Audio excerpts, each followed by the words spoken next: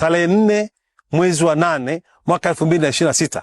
Kwanza kabisa tutakuwa na mageti 8 ambayo yanaruhusu kuingia ndani ya uwanja huu. Kwa maana hiyo, haya mageti 8 yatasaidia sana kuzuia foleni ndefu ya mtu kuweza kuingia wakati wa matukio.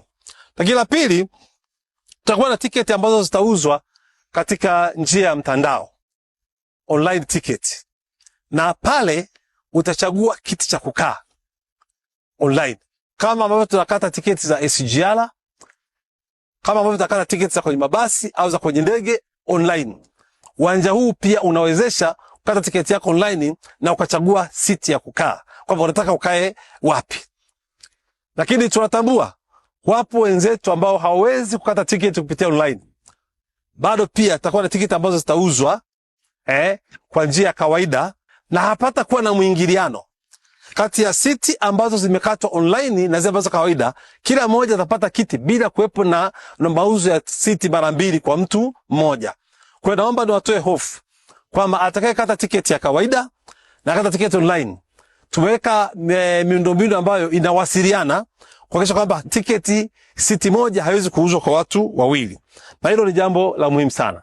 Hasa kwa sababu tuna tukio kubwa la tarehe 4 mwezi wa 8 mwaka 2026. Ni vyema wananchi wetu wale ambao hawawezi kukata tiketi online wakajua tiketi zetu tutazipata wapi. Tumeweka vituo. Tutakuwa na tiketi zitauzwa Geita mjini. Lakini tutakuwa na tiketi zitauzwa katika mji wetu wa Katoro. Kwa hiyo mtaambiwa baadaye Katoro itakuwa ni sehemu gani.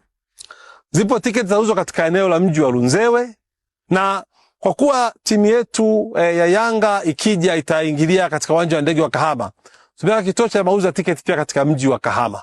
Kwa hiyo wale wananchi wa Kahama watapata tiketi wakiwa pale, lakini pia wanaruhusiwa mwananchi yote kukata tiketi online. Katika mji wetu huu mdogo wa Ushirombo tutakuwa na vituo zaidi ya 8. Lakini nitaje vichache tu kwamba tuna sehemu maarufu sana DF Hotel. Pale tutakuwa na kituo cha uzaji wa tiketi. Lakini tuna barber shop yetu nzuri sana inaitwa The One Barber Shop. Pale pia kutakuwa na mauzo ya tiketi. Kuna sehemu inaitwa Kitambaa OG. Kitambaa OG tutakuwa pia na sehemu ya mauzo ya tiketi.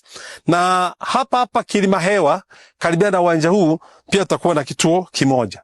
Kwa hiyo utaona kwa maana hiyo tutakuwa na hivyo vituo ambavyo vitaweza kusaidia mauzo yetu ya tiketi ili yaweze kwenda, na mtu yoyote yule ambaye yupo katika maeneo yetu haya ya mji wetu huu aweze kupata tiketi bila kuwa na usumbufu wowote.